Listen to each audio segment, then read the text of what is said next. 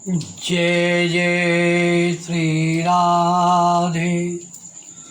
भक्ति भक्ति भगवंत गुरु चतुर्नाम बपु एक, इनके पद बंधन किए नाशे बेग्नि अनेक। श्याम प्यारी कुंज बिहारी, जय जय श्री हरिदास दुलारी। श्याम प्यारी कुंज बिहारी, जय जय श्री हरिदास दुलारी। श्याम प्यारी कुंज बिहारी, जय जय श्री हरिदास दुलारी। आज के सत्संग में ब्रज के भक्तों के अंतर्गत श्री दुर्गी माँ का चरित्र वर्णन करेंगे। दुर्गी माँ और उनका लाडला बेटा श्री विग्रह रूपी गोपाल कुछ दिनों से रंगी जी के मंदिर के बाहरी परकोटे के एक कक्ष में रहने लगे थे। दोनों उस एकांत स्थान को प्राप्त कर बहुत प्रसन्न थे। दोनों की प्रेम लीला वहाँ निर्विघ्न चला करती थी। वात्सल्यमयी माँ गोपाल को प्राप्त कर विश्व को भूल चुकी थी। उसका सारा विश्व सिमटकर गोपाल के नन्हे चरणों में समा गया था। वे गोपाल और उसकी सेवा के सिवाय और कुछ जानती नहीं थी। गोपाल भी उनके सिवा और कुछ नहीं जानता था। गोपाल उनका सर्वस्व था। वे गोपाल की पर दुर्गी माँ अब बहुत बूढ़ी हो गई थी। उन्होंने एक दिन गोपाल से कहा, गोपाल अब मुझसे तेरी सेवा नहीं होती, तू मेरी सेवा किया कर। गोपाल को और क्या चाहिए, वह प्रेम से माँ की सेवा में जुट गया। माँ उसके प्रेम में बदहोशी बैठी बैठी अश्रु विसर्जन किया करती और वह उनकी सेवा किया करता। उनकी सेवा तो करता ही, घर को झाड़ बुहार कर ठीक रखा करता। दुर्गी माँ की अनन्य भक्ता थी भक्तिमती उषा जी की माँ श्रीमती श्यामा देवी। एक दिन उन्होंने दुर्गी माँ से कहा, माँ तुम्हारा घर पहले जितना गंदा रहता था उतना ही अब साफ रहने लगा है, कौन सफाई करता है। दुर्गी माँ बड़े सरल और सहज स्वभाव से बोली, मेरे पास और है ही कौन गोपाल के सिवाय। गोपाल माँ की सेवा तो करता परंतु उन्हें खिजलाया बहुत करता। खिजलाने का उसका स्वभाव ही ठहरा। कितने ही दिनों से माँ अयाचित वृत्ति से रहने लगी थी। एक दिन वे गोपाल से बोली, गोपाल आज तेरे भोग को मेरे पास कुछ नहीं है, तू किसी गोपी के घर चला जा। गोपाल ने उस दिन किसी गोपी के घर जाकर उसे धन्य किया, यह तो वही जाने। पर जब वह खा पी कर लौटा तो बड़ी देर तक माँ के कक्ष के बाहर बरामदे में बैठा रहा। माँ को पता भी नहीं। वह कक्ष के भीतर उसकी प्रतीक्षा में आंसू बहाती रही। इतने में श्री रंगी जी के मंदिर के महंत की पत्नी पूज्या श्री गुरु माँ बाहर निकली। उन्होंने देखा कि माँ के कक्ष का दरवाज़ा बंद है और उनका गोपाल बरामदे में पालने में झूल रहा है। उन्हें यह देखकर आश्चर्य हुआ। उन्होंने दरवाजे को हल्का सा धक्का दिया तो वह खुल गया। देखा कि दुर्गी माँ ध्यान में बैठी हैं। उनके नेत्रों से अश्रुधार प्रभावित हो रही है। उन्होंने कहा, माँ आज गोपाल को बाहर क्यों निकाल दिया? दुर्गी माँ बोली, क्या हुआ, आ गया? कहत हुई माँ भाग कर बाहर आई, गोपाल को उठाकर छाती से चिपटा लिया। एक अंदरवचनी आनंद की हिलोल से उनका हृदय भर गया। गोपाल को भी माँ के आलिंगन से अपूर्व सुख हुआ। क्या क्या वियोग के बाद संयोग के इस आनंद का उपभोग करना ही था। गोपाल के चुपचाप आकर बरामदे में बैठे रहने का मुख्य उद्देश्य रंगिया गोपाल के सिवा इसे और कौन जान सकता। एक बार दुर्गी माँ ने गोपाल के साथ गोवर्धन की परिक्रमा की। उनके सिर पर थी एक कपड़े की पोटली। पोटली में उन्होंने गोपाल को आराम से लिटा रखा था। थोड़ी थोड़ी देर बाद वह सिर से पोटली उतार कर देख लेती गोपाल कहीं चला तो नहीं गया, क्योंकि गोपाल बहुत चंचल था। देर तक एक स्थान पर चुपचाप पड़े रहना उसके स्वभाव के प्रतिकूल था। फिर गिरी गोवर्धन के तरु लता पशु पक्षियों और गोप बालक बालिकाओं का आकर्षण भी उसे कम नहीं था। वे जब वृंदावन लौटी, सिर से पोटली उतारकर अपने कक्ष का ताला खोलने लगी तो ताला खुला नहीं। उन्होंने सोचा कि गोपाल के साथ कुछ देर बरामदे में ही विश्राम करें, फिर कोई दिख जाएगा तो उससे ताला खोलने को कहेंगी। अब पोटली खोली तो देखा गोपाल ने। वे लगी चीख चीख कर रोने, हाय मेरा गोपाल कहाँ चला गया, हाय मेरा गोपाल कहाँ चला गया। उसी समय वेणुकुंज के श्री मनोहर दास बाबा जी कहीं निकट से दुर्गी माँ का परिचित शब्द सुनकर वहाँ आ गए। उनसे रो रो कर माँ ने अपनी व्यथा कही। उन्होंने ताली लेकर कक्ष का ताला खोलने का प्रयास किया। ताला खुल गया। जैसे ही दरवाज़ा खोला तो देखा गोपाल भीतर पालने में सो रहा है। बाबा बोले, माँ तुम्हारा गोपाल तो भीतर सो रहा है, तुम व्यर्थ दुखी हो रही हो। कोई और होता तो सोचता बुढ़िया का दिमाग खराब हो गया है, गोपाल को कक्ष में सुलाकर भूल गई है और रो रही है। पर मनोहर बाबा जानते थे उनका गोपाल उनके साथ नित्य ऐसे ही लीला किया करता है। दुर्गी माँ आनंद के साथ कुछ रोष में भरकर भीतर आई। गोपाल को डांटती डपटती, पर उसे गहरी नींद में सोए देख चुप रह गई। न जाने गोपाल सचमुच गहरी नींद में सो रहा था या माँ को चुप रखने के लिए मक्कर गांठ कर पड़ा हुआ था और मन ही मन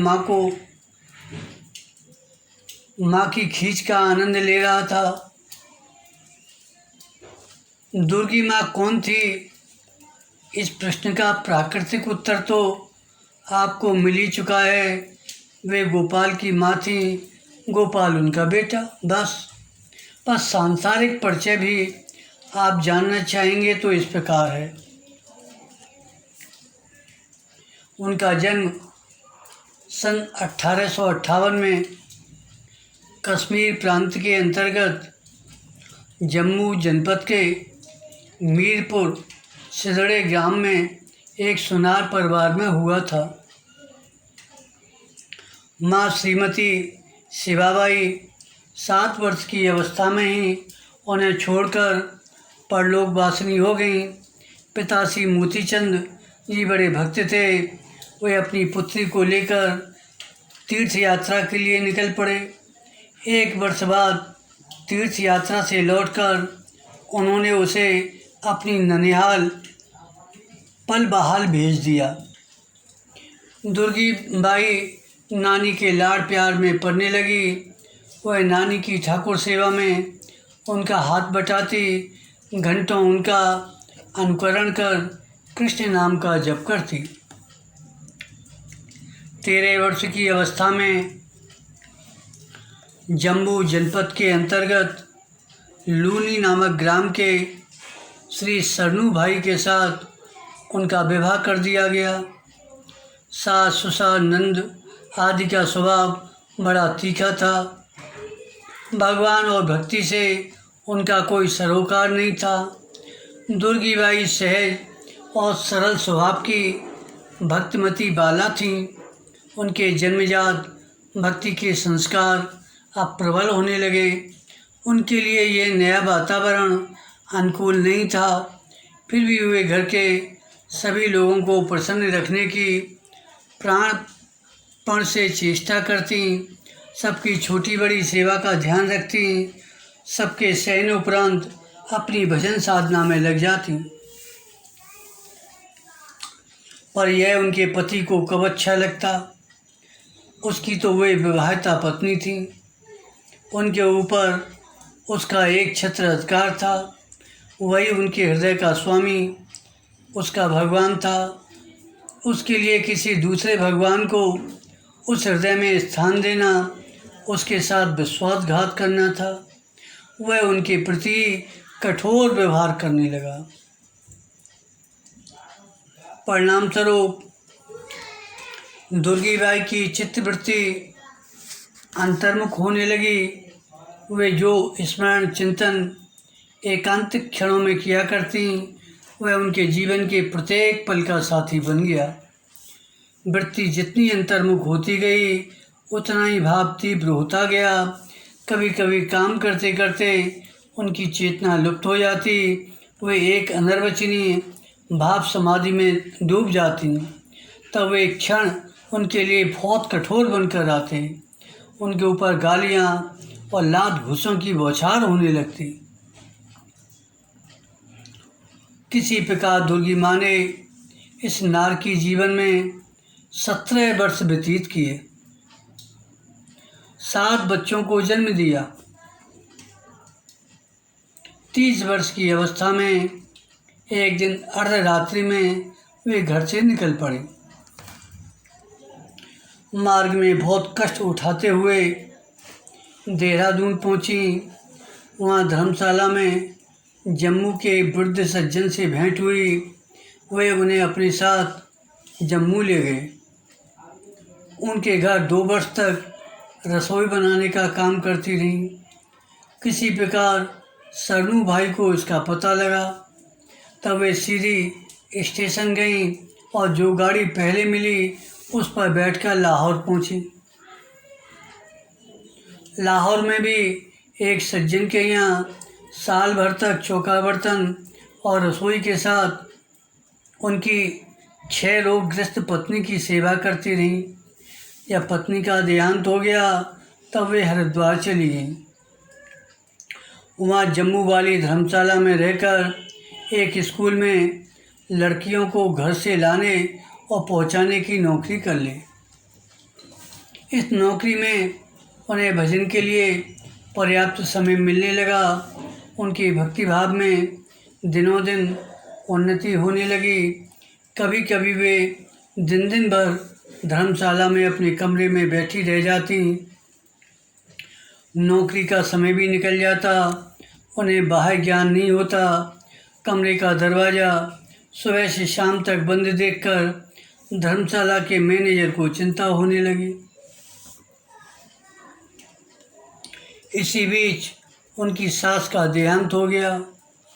सरनू भाई हरिद्वार आए माँ की अस्थियाँ विसर्जन करने। हर की पौड़ी पर दुर्गी बाई से साक्षात्कार हुआ, पर दुर्गी बाई मौन धारण किए रहे। उसने एक शब्द भी नहीं बोला। वे हारे जुआरे की भांति उन्हें छोड़कर घर चले गए। 10 वर्ष इस प्रकार हरिद्वार में व्यतीत कर वे वृंदावन में चली आईं। वृंदावन में वे कुछ दिन केसी घाट पर, जम्मू वाली कुंज में और कुछ दिन जगन्नाथ घाट पर जगन्नाथ जी के मंदिर में रहीं। फिर श्री रामानुज हयग्रीव मंदिर बड़ा खटला में रहने लगीं। वहीं के तत्कालीन महंत श्री मच्छरी स्वामी जी से दीक्षा लेकर गोपाल जी की सेवा करने लगीं।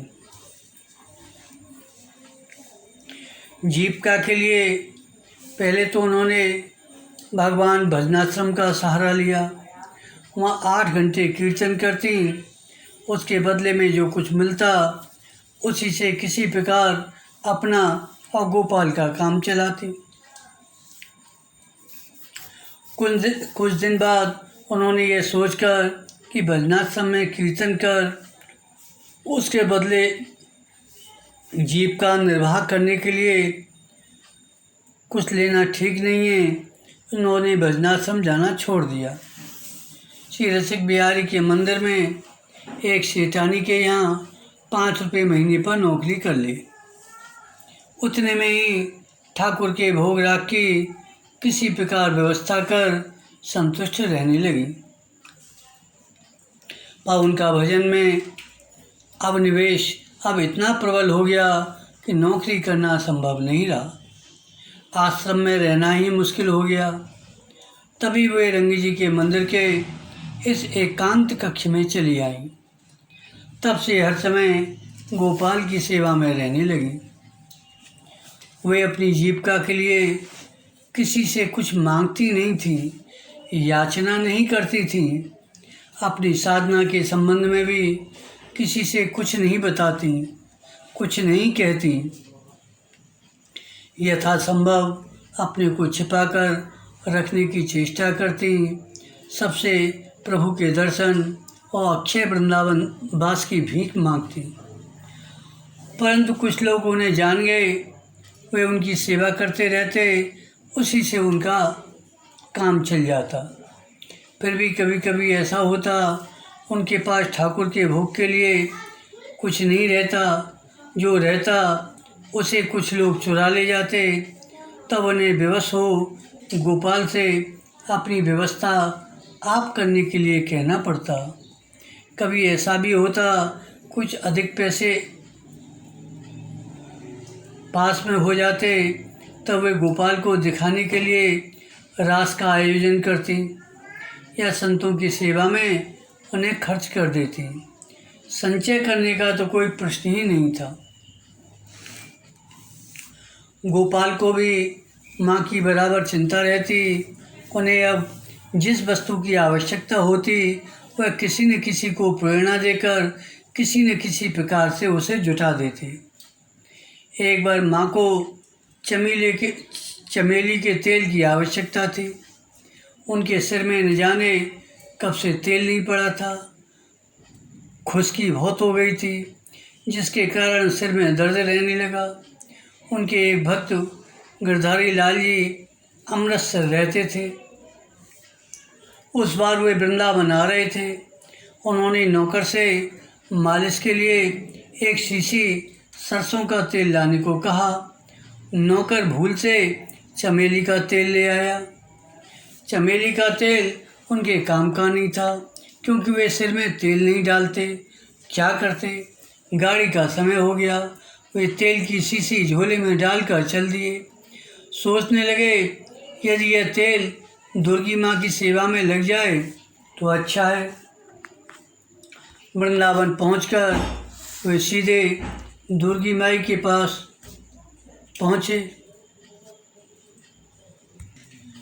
दंडवत कर बैठे ही थे, वे बोली, गिरधर तू चमेली का तेल लाया है ना, मेरे सिर में डाल दे। गिरधारी लाल ने अपने हाथ से उनके सिर में तेल डाला। उन्हें यह देखकर आश्चर्य हुआ, उनके सिर ने तेल की पूरी शीशी सोख ली। दुर्गी माँ की शेष अवस्था रंगी जी के मंदिर के इस कक्ष में बड़ी भावभीनी अवस्था में बीती। मन और प्राण गोपाल की सेवा में तन्मय थे। नेत्र निरंतर सजल रहते। थोड़े से भी उद्दीपन से वे बाह्य ज्ञान खोकर किसी अनिर्वचनीय आनंद समुद्र में डूब जाती। श्री गौरांगदास बाबा जी महाराज की अमृत वर्षणी कथा में उन्हें कई बार मूर्छित होते देखा गया। एक बार सेवा कुंज के निकट वे किसी की बंसी ध्वनि सुनकर 8 घंटे बेसुध हो पृथ्वी पर पड़े रहे। यमुना में स्नान करते समय उन्हें अक्सर कृष्ण की गोपियों के साथ जल केली का उद्दीपन हो जाता। वे घंटों जल में ध्यानमग्न अवस्था में खड़ी रह जाती। कछुए काट जाते तो भी उन्हें पता नहीं चलता। बाह्य ज्ञान होने पर यमुना से निकलकर यमुना मट्टी घावों पर लगा लेती। बेसुध अवस्था में रास्ता चलते समय कई बार पागल कुत्तों ने काट लिया तो भी उन्होंने यही उपचार किया। कुत्ते के विष का उन पर कोई प्रभाव नहीं हुआ। दुर्गी माँ पर जो भगवत कृपा थी उसका एकमात्र कारण था उनका अति सरल, निरभिमानी, निष्कपट व्यक्तित्व और भगवान नाम कीर्तन में उनकी अनन्य निष्ठा। वे अपनी कक्ष का दरवाज़ा बंद कर कीर्तन किया करती। कभी कभी लोग दरवाजे के पास कान लगाकर कीर्तन सुनते तो 2 ध्वनियाँ स्पष्ट सुनाई पड़ती। एक तो होती स्वयं दुर्गी माँ की परिचित ध्वनि, दूसरी किसी किशोर कंठ की बड़ी मधुर आकर्षक ध्वनि। दूसरी ध्वनि उनके गोपाल के सिवाय और किसकी हो सकती है। आहा, कैसा मधुर होता होगा भक्त और भगवान का दिव्य संकीर्तन। दुर्गी माँ एकांत में गोपाल से जो बातें किया करती वह भी लोग कभी कभी कक्ष के बाहर से सुन लेते। एक बार एक महिला भक्ति ने सुना, उन्हें गोपाल से कहते, गोपाल सुन तो, मुझे नाम की ध्वनि आ रही है, मेरे रोम रोम से नाम की ध्वनि निकल रही है। दुर्गी माँ साधारणतः अपने अनुभवों के संबंध में कुछ नहीं कहती, पर कभी कभी अपने प्रेमी जनों से 2-1 बातें कह दिया करती। डिप्टी कलेक्टर श्री निर्जन दास धीर उनके बड़े भक्त थे। एक बार उनसे उन्होंने कहा, मुझे चमचमाते दिव्य वृंदावन के 3 बार दर्शन हुए हैं,